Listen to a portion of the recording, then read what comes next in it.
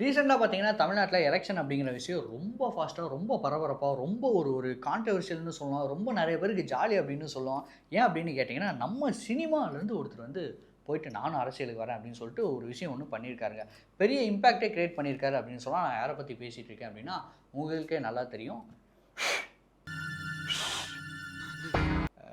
எனக்கு வந்து விசில் வராது. பட் நான் வரதாங்க சொல்றேன். விஜய் சார் அவர் வந்து எலக்ஷன்ல நின்றுருக்காரு. இந்நேரம் இந்த வீடியோ வந்து நம்ம பப்ளிஷ் பண்றப்போ, ஒண்ணு அவர் வந்து சிஎம் ஆயிருக்கலாம். இல்ல ஆகாம கூட இருக்கலாம். யாரும் சண்டைக்கு வராதீங்க.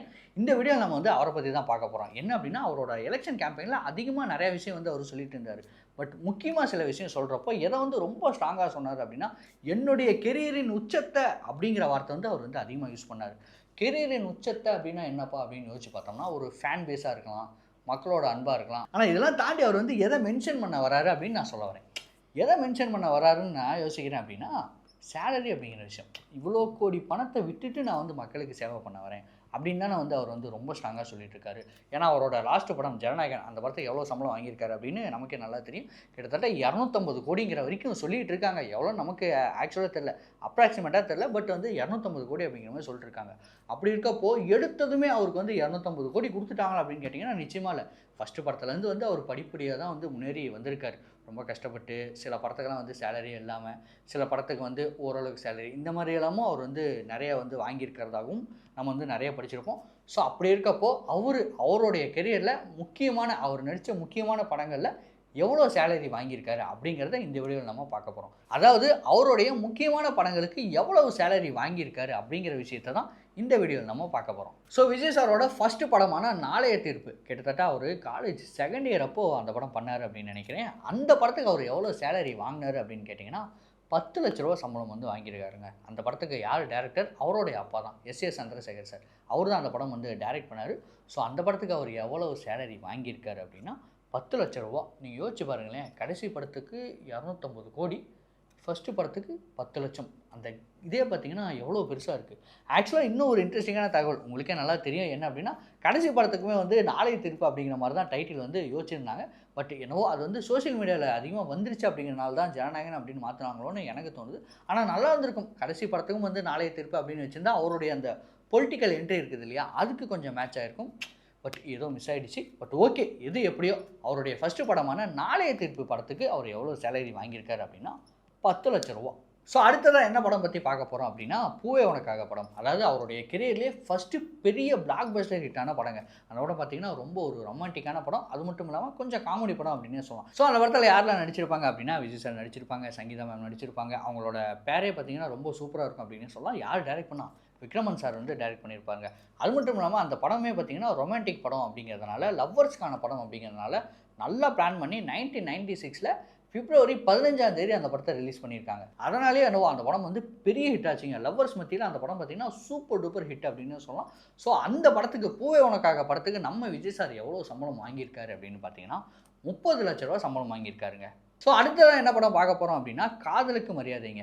இப்போ வரைக்குமே அந்த படத்துக்கு வந்து பெரிய ஃபேன் பேஸ் இருக்கு அப்படின்னே சொல்லலாம். நெறைய பேர் வந்து என்ன சொல்லிட்டு இருக்காங்கன்னா, இந்த படத்த ரிலீஸ் பண்ணுங்கப்பா. ஏப்பா இந்த படத்த ரிலீஸ் பண்ண மாட்டேங்கிறீங்க? அப்படின்ட்டுலாம் கேட்டுட்டு இருக்காங்க. ஸோ அந்த படத்துல யாரெல்லாம் நடிச்சிருப்பா? விஜய் சார் நடிச்சிருப்பாங்க, ஷாலினி மேம் நடிச்சிருப்பாங்க. அவங்களோட பேரே பார்த்தீங்கன்னா, ரொம்ப சூப்பரா சூப்பரா இருக்குடா இந்த பேர் அப்படிங்கிற மாரி நெறைய பேர் சொல்லிட்டு இருந்தாங்க. அந்த படமும் பார்த்தீங்கன்னா, பெரிய சூப்பர் டூப்பர் ஹிட் ஆச்சு அப்படின்னே சொல்லலாம். அந்த படத்துக்கு விஜய் சார் எவ்வளோ சம்பளம் வாங்கியிருப்பாருன்னு ஜஸ்ட் நீங்க யோசிச்சு பாருங்களேன். ரூ. 60,00,000 சம்பளம் வாங்கியிருக்காருங்க. ஸோ அடுத்ததா என்ன படம் பார்க்க போறோம் அப்படின்னு சொல்றதுக்கு முன்னாடி, நான் வந்து இந்த படத்துக்கு அவர் எவ்வளோ சேலரி வாங்கினாருன்னு சொல்றேன். அதாவது விஜய் சார் ஃபர்ஸ்ட்டு 1 க்ரோர்ங்க. ரூ. 1,00,00,000 சம்பளம் வாங்கின படம் தான் இப்ப நம்ம பார்க்க போறோம். அது என்ன படம் அப்படின்னு சொல்லிட்டு நீங்க யோசிச்சு பாருங்க. சரி ஓகே. என்ன படம் அப்படின்னா, குஷி படங்க. குஷி படத்துக்கு தான் அவர் வந்து ஃபர்ஸ்ட்டு ரூ. 1,00,00,000 சம்பளம் வாங்கியிருக்காரு. ஸோ இவ்வளோ நேரம் நம்ம பார்த்த படம் எல்லாமே பார்த்தீங்கன்னா, விஜய் சார் ஒரு ரொமான்டிக் பாயா, ஒரு லவ்வர் பாயா மட்டுமே தான் பண்ணிட்டு இருந்தாரு. அதாவது ஒரு லவ் படமா மட்டுமே தான் பண்ணிட்டு இருந்தாரு. ஸோ அதுலேருந்து முழுசா ஒரு பயங்கரமா டிரான்ஸ்ஃபர்மேஷன் ஆகி, ஒரு ஒரு பயங்கரமான கமர்ஷியல் ஹீரோவா ஒரு படம் ஒண்ணு பண்ணாருங்க. அந்த படம் தான் பார்த்தீங்கன்னா, திருமலை. நீங்க திருமலைக்கு முன்னாடி பார்த்தீங்கன்னா, ஒரு விஜய் இருந்திருப்பாரு. திருமலைக்கு அப்புறம் பார்த்தீங்கன்னா, "டேய் இவரு வந்து யார்றா? கமர்ஷியல் ஹீரோடா இவரு. இவரு வந்து பயங்கரமான மாஸான ஹீரோடா" அப்படிங்கிற மாரி ஒரு டிரான்ஸ்ஃபர்மேஷன் வந்துச்சு அப்படின்னே சொல்லலாம். ஸோ அப்படி அவரோட கெரியர்ல ஒரு முக்கியமான டர்னிங் பாயிண்ட்டா அமைஞ்ச திருமலை படத்துக்கு அவர் எவ்வளோ சம்பளம் வாங்குனாரு அப்படின்னு கேட்டீங்கன்னா, ரூ. 3,00,00,000 சம்பளம் வாங்கியிருக்காரு. திருமலை படத்துக்கு அப்புறம் விஜய் சார் நடிச்ச படம் கில்லி. அந்த படத்துக்கு அவர் எவ்வளோ சம்பளம் வாங்குனாரு அப்படின்னா, கொஞ்சம் தாங்க அதிகமா வாங்கியிருக்காரு. எவ்வளோ அப்படின்னா, திருமலை படத்துக்கு 3,00,00,000 வாங்கியிருக்காரு. கில்லி படத்துக்கு பார்த்தீங்கன்னா, 3,50,00,000 வாங்கியிருக்காரு. ஏன் அந்த படத்துக்கு வந்து 3.5 கோடி, அதாவது ஒரு ஒரு 50 லட்சம் தான் எக்ஸ்ட்ரா வாங்கியிருப்பார் அப்படின்னு எனக்கு தோணுச்சு அப்படின்னா, அந்த படம் வந்து ஒரு ரீமேக் படம் தான் இல்லையா? ஆனா அந்த படம் பெரிய ஹிட் ஆச்சு. இப்போ வரைக்கும் விஜய் சாரோட கெரியர்ல எந்த படம்லாம் வந்து சூப்பர் டூப்பர் ஹிட் அப்படின்னா, கில்லி படமா தான் இருக்கும். ஸோ அந்த படம் அவ்வளோ பெரிய ஹிட் ஆனாலுமே, அது ஒரு ரீமேக் படம் தான் அந்த சமயத்தில. அதனால சரி ஓகே ஒரு 3.5 கோடி வாங்கிக்கலாம் அப்படிங்கிற மாரி அந்த சேலரி வாங்கியிருப்பாருன்னு நெனைக்கிறேன். ஆனா அந்த படம் எவ்வளோ பெரிய ஹிட் ஆச்சு அப்படின்னு நமக்கு நல்லாவே தெரியும். ஸோ அடுத்ததா நம்ம பார்க்க போற படம் போக்கிரி. அதாவது நம்ம பிரபுதேவா கூட இவரு ஒரு படம் ஒண்ணு பண்ண போறாரு. அந்த படம் பார்த்தீங்கன்னா, பக்காவான ஒரு கமர்ஷியல் படமா இருக்க போகுது அப்படின்னு சொல்லும்போது, எக்ஸ்பெக்டேஷன் அப்படிங்கிற விஷயம் வந்து பயங்கரமா இருந்ததுங்க. அது மட்டும் இல்லாம அந்த படத்தில வந்து அசின் நடிக்க போறாங்க. வடிவேலு ஒரு முக்கியமான ஒரு காமெடி ரோல் ஒண்ணு பண்ண போறாரு. அண்ட் வில்லனா யார் பண்ண போறாரு அப்படின்னா, பிரகாஷ் ராஜ் பண்ண போறாரு அப்படிங்கும்போது பயங்கரமான எதிர்பார்ப்பு இருந்தது. ஏன்னா இதுக்கு முன்னாடி அவங்க 2 பேரும் ஒரு ஹீரோ வில்லனா காம்பினேஷன்ல என்ன படம் பண்ணாங்க அப்படின்னா, கில்லி படத்தில பண்ணாங்க. அந்த படத்தில பார்த்தீங்கன்னா, அவங்க காம்பினேஷனே பயங்கரமா இருக்கும். ஸோ அப்படி இருக்கும்போது திரும்பவும் இந்த ஒரு வில்லன் ஹீரோ காம்பினேஷன் சேரப்போகுது அப்படிங்கிறப்போ, இந்த போக்கிரி படத்துக்கு எதிர்பார்ப்பு பயங்கரமா இருந்தது. ஸோ அந்த போக்கிரி படத்துக்கு அவர் எவ்வளவு சேலரி வாங்கியிருக்காரு அப்படின்னா, ரூ. 4,00,00,000 சேலரி வாங்கியிருக்காருங்க. ஸோ அடுத்ததா வேட்டைக்காரன், சுறா, காவலன், வேலாயுதம் மாரியான படங்களுக்கு ஒவ்வொரு கோடியா இன்க்ரீஸ் பண்ணிட்டு போயிருக்காருங்க. அதாவது ரூ. 6,00,00,000, ரூ. 7,00,00,000, ரூ. 8,00,00,000, 9, 10 இந்த மாரி சேலரி வாங்கியிருக்காரு. இதுக்கப்புறம் சங்கர் சார் கூட அவரு நண்பன் படம் பண்ணார் இல்லையா? அந்த படத்துல தான் ஃபர்ஸ்ட் டைம் 2 கோடி இன்க்ரீஸ் பண்ணி 12 கோடி சேலரி வாங்கியிருக்காரு. நண்பன் அப்படிங்கிற பெரிய ஹிட்டுக்கு அப்புறம் முருகதாஸ் கூட அவர் வந்து கை கோக்குறாருங்க ஃபர்ஸ்ட் டைம். அந்த படம் பார்த்தீங்கன்னா, ஒரு மிலிட்டரி ஓரியன்டடான படமா இருக்கும் அப்படிங்கும்போது எக்ஸ்பெக்டேஷன் அந்த படத்துக்கு இருந்தது. ஜெகதீஷ் அப்படிங்கிற கேரக்டர்ல அவர் வந்து ஒரு ஆர்மி மேனா வந்து நின்னாருங்க, துப்பாக்கி அப்படிங்கிற படத்துல. ஸோ அந்த படம் எவ்வளோ பெரிய ஹிட் ஆச்சு அப்படின்னு பார்க்கறதுக்கு முன்னாடி, அந்த படத்துக்கு அவர் எவ்வளோ சேலரி வாங்கினாரு அப்படின்னு பார்த்தீங்கன்னா, 15 கோடிங்க. அதாவது ஆல்ரெடி நண்பன் அப்படிங்கிற படம் ஹிட் ஆயிருச்சு இல்லையா? அதனால ஒரேடியா ஒரு 3 கோடி இன்க்ரீஸ் பண்ணியிருக்காரு. 15 கோடி இந்த துப்பாக்கி படத்துக்கு அவர் வாங்கியிருக்காரு. அடுத்து நேசன் டைரக்ஷன்ல மோகன்லால் கூட சேர்ந்து இவரு ஒரு படம் பண்ணாருங்க. ஜில்லா அப்படிங்கிற படம். அந்த படம் சூப்பர் டூப்பர் ஹிட் ஆச்சுன்னு நமக்கு நல்லாவே தெரியும். அந்த படத்துக்கு இவரு எவ்வளோ சேலரி வாங்கினாரு அப்படின்னா, 18 கோடி சேலரி வாங்கியிருக்காரு. துப்பாக்கி படத்தோடைய பெரிய ஹிட்டுக்கு அப்புறம் திரும்பவும் இவர் வந்து முருகதாஸ் கூட ஒரு படம் பண்ண போறாரு. அந்த படம் வந்து கத்தி. அது மட்டும் இல்லாம இந்த படத்துல வந்து டபுள் ஆக்ஷன்ல பண்ண போறாரு அப்படின்னு சொல்லும்போது, இந்த படத்து மேல எதிர்பார்ப்பு பயங்கரமா இருந்ததுங்க. அந்த கத்தி படத்துக்கு இவர் எவ்வளோ சேலரி வாங்கியிருக்காரு அப்படின்னா, 20 கோடி சம்பளம் வாங்கியிருக்காரு. ஸோ கத்தி படத்துக்கு அடுத்ததா சிம்பு தேவன் கூட சேர்ந்து ஒரு எக்ஸ்பெரிமெண்டல் ஃபிலிம் ஒண்ணு பண்றாருங்க. அதாவது பயங்கரமான ஃபேண்டசி ஃபிலிம் ஒண்ணு பண்றாரு. புலி அப்படிங்கிற படம். அந்த படம் சரியா போகல அப்படின்னாலும், அந்த படத்துக்கு எவ்வளோ சேலரி வாங்கியிருக்காரு அப்படிங்கிறது தாங்க ஒரு ஷாக்கிங்கான விஷயம்.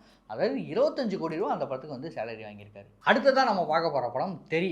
எங்க அண்ணனுக்கு நான் தான்டா பண்ணுவேன் அப்படின்ட்டு ஒருத்தர் சொல்றாரு இல்லையா? அவர் பண்ண ஃபர்ஸ்ட் சம்பவம் தான் தெறி. அந்த படத்துக்கு இவரு எவ்வளோ சேலரி வாங்கியிருக்காரு அப்படின்னா, இவ்வளோ நேரம் வந்து 2, 2 கோடியா இன்க்ரீஸ் பண்ணார் இல்லையா? அதாவது ஃபர்ஸ்ட் வந்து ஒவ்வொரு கோடியா இன்க்ரீஸ் பண்ணிட்டு இருந்தாரு. அடுத்து வந்து 2, 2 கோடியா இன்க்ரீஸ் பண்ணார் இல்லையா? இப்போ இந்த படத்துக்கு பார்த்தீங்கன்னா, 5, 5 கோடியா இன்க்ரீஸ் பண்ண ஆரம்பிச்சிட்டாரு. ரூ. 30 கோடி இந்த படத்துக்கு வந்து சேலரி வாங்கியிருக்காருங்க. நீங்க நல்லா யோசிச்சு பாருங்களேன். புலி படம் சரியா போகல. இருந்தாலும் தெறி படத்துக்கு வந்து ரூ. 30 கோடி சம்பளம் வாங்கியிருக்காரு. ஏன் அப்படின்னா, அவருடைய அந்த ஓப்பனிங் வேல்யூ அப்படின்னே சொல்லலாம். ஸோ தெறி படத்துக்கு அப்புறம் இவர் நடிச்ச படம் தான் பைரவா அப்படிங்கிற படம். இந்த படம் என்னதான் சுமாரா போயிருந்தாலும், இந்த படத்துக்கு அவர் எவ்வளோ சேலரி வாங்கியிருக்காரு அப்படின்னா, அதான் நான் ஆல்ரெடி சொல்லிட்டேனே. ரூ. 5, 5 கோடி இன்க்ரீஸ் பண்ணியிருக்காரு அப்படிங்கிறப்போ, 30லேருந்து 35 கோடி வந்து இந்த பைரவா படத்துக்கு அவர் சேலரியா வாங்கியிருக்காரு. ஆக்சுவலா நெறைய விஜய் ஃபேன்ஸ்க்கு இந்த படம் வந்து ஞாபகம் இருக்காது. பைரவா அப்படின்னு சொல்லிட்டு ஒரு படம் பண்ணாரா? ஆமால பண்ணார்ல. நம்ம கீர்த்தி சுரேஷ் கூடலாம் பண்ணியிருப்பார்ல. அண்ட் இந்த படத்துல வந்து இன்ட்ரஸ்டிங்கான விஷயம் என்னன்னா, இந்த படத்துல தான் விஜய் சார் வந்து கடைசியா அந்த பஞ்ச் டயலாக்லாம் பேசி நடிச்சிருப்பாரு. அதுக்கப்புறம் அதெல்லாம் ரொம்ப ஸ்டாப் பண்ணிட்டாரு. ஸோ அப்படிப்பட்ட பைரவா படத்துக்கு இவர் வாங்கின சேலரி எவ்வளோ அப்படின்னா 35 கோடி. ஸோ அடுத்த படம் என்ன படம் உங்களுக்கே நல்லா தெரியும். மெர்சல் அப்படிங்கிற படம். அதாவது நம்ம இளைய தளபதியிலேருந்து நான் தளபதிக்கு போறோம் அப்படின்னு சொல்லிட்டு தளபதிக்கு போன படம். அப்போலேருந்து இப்போ வரைக்கும் அந்த தளபதி அப்படிங்கிற பெஞ்ச்மார்க் வந்து அவருக்கு பக்காவா இருக்கு அப்படின்னே சொல்லலாம். ஸோ அந்த படத்துக்கு அவர் எவ்வளோ சேலரி வாங்கினாரு அப்படின்னா ரூ. 40 கோடி. அவரோட படங்கள்ல அப்பப்போ பொலிட்டிக்கல் விஷயத்த டச் பண்ணிட்டு இருந்தவர். மெர்சல் படத்துக்கு பார்த்தீங்கன்னா, பொலிட்டிக்கலா நிறைய இஷ்யூ வந்தது. அடுத்து நான் முழுசாவே ஒரு பொலிட்டிக்கல் படம் பண்ண போறேன்டா அப்படிங்கிற மாதிரி ஒரு படம் ஒண்ணு பண்ணாருங்க. அந்த படம் தான் சர்க்கார் படம். ஸோ அந்த படம் தமிழ்நாட்டுல எந்த மாதிரியான புரட்சி பண்ணுச்சு அப்படின்னு நமக்கு நல்லாவே தெரியும். ஸோ அந்த படத்துக்கு அவர் எவ்வளோ சேலரி வாங்கியிருக்காரு அப்படின்னு பார்த்தீங்கன்னா, 50 கோடிங்க. அதாவது நான் முன்ன சொன்னேன்ல 1 கோடி இன்க்ரீஸ் பண்ணாரு, 2 கோடி இன்க்ரீஸ் பண்ணாரு, 5 கோடி இன்க்ரீஸ் பண்ணாரு. மெர்சல்ல பார்த்தீங்கன்னா டாப்புக்கு போயிட்டார்ல. அப்புறம் என்ன இன்க்ரீஸ் பண்ண வேண்டியதுதான். 10 கோடி இன்க்ரீஸ் பண்ணிட்டாருங்க. 50 கோடி சம்பளம் வாங்கியிருக்காரு. என் தலைவன் விஜய் சாருக்கு சம்பவம் பண்ணுவாருன்னு தெரியும். ஆனா ஸ்டேஜ்ல ஏறி நின்னு எங்க அண்ணனுக்கு நான் தான் சம்பவம் பண்ணுவேன்னு ஒண்ணு சொன்னார் இல்லையா? அந்த படங்க பிகில் படத்துக்கு இவர் எவ்வளோ சேலரி வாங்கினாரு அப்படின்னா 60 கோடி சம்பளம் வாங்கியிருக்காரு. அடுத்த படம் என்ன படம்? மாஸ்டர் படம். விஜய் சாரோட கெரியர்ல சில படத்தை வந்து மறக்கவே முடியாது, தூக்கவே முடியாது அப்படின்னு சொல்லலாம். அப்படி ஒரு கேரக்டர்ல நடிச்சிருப்பாரு.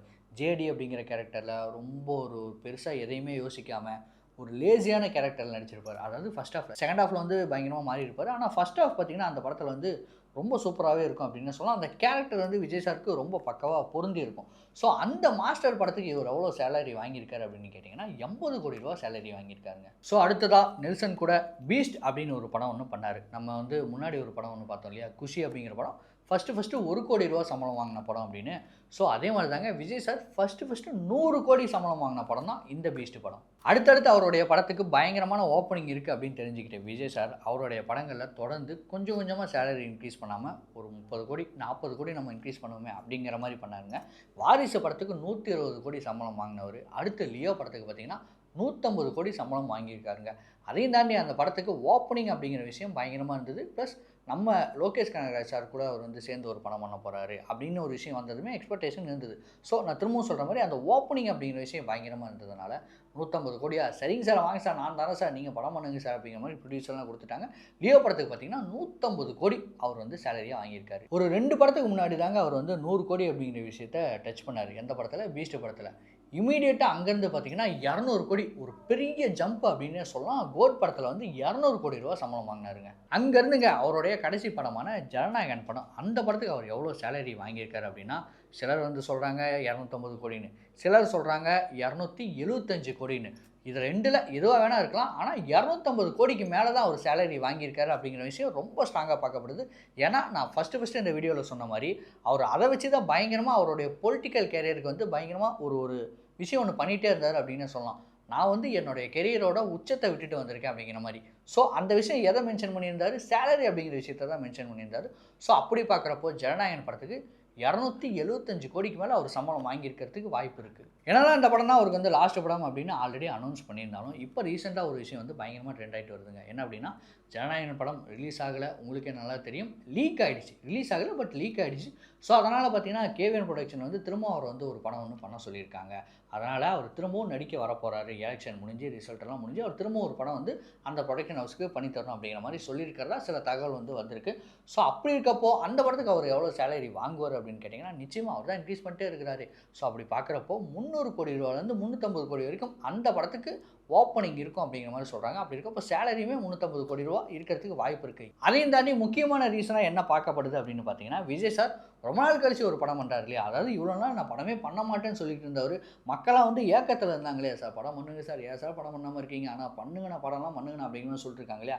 அப்படி இருக்கப்போ ஒரு 2 வருஷம் 3 வருஷம் நான் படமே பண்ண மாட்டேன் அப்படிங்கிற மாதிரி சொல்லிட்டு திடீர்னு இல்லை நான் இன்னொரு படம் பண்ண போகிறேன் அப்படின்னு சொன்னார்னா அப்போது மக்களுக்கு அந்த படத்து மேலே எவ்வளோ பெரிய எதிர்பார்ப்பு இருக்கும், எவ்வளோ பெரிய ஓப்பனிங் இருக்கும் அப்படின்னு சொல்லிட்டு யோசிச்சு பாருங்கள். அப்படி அவ்வளோ பெரிய ஓப்பனிங் இருக்க படத்துக்கு 350,00,00,000 தாராளமாக சம்பளம் வாங்கலாமே. அப்படி தான் அவர் வந்து வாங்குவார் அப்படின்னு சொல்லிட்டு எனக்கு தோணுது. உங்களுக்கு என்ன தோணுது அப்படிங்கிறத கமெண்ட்டில் சொல்லுங்கள்.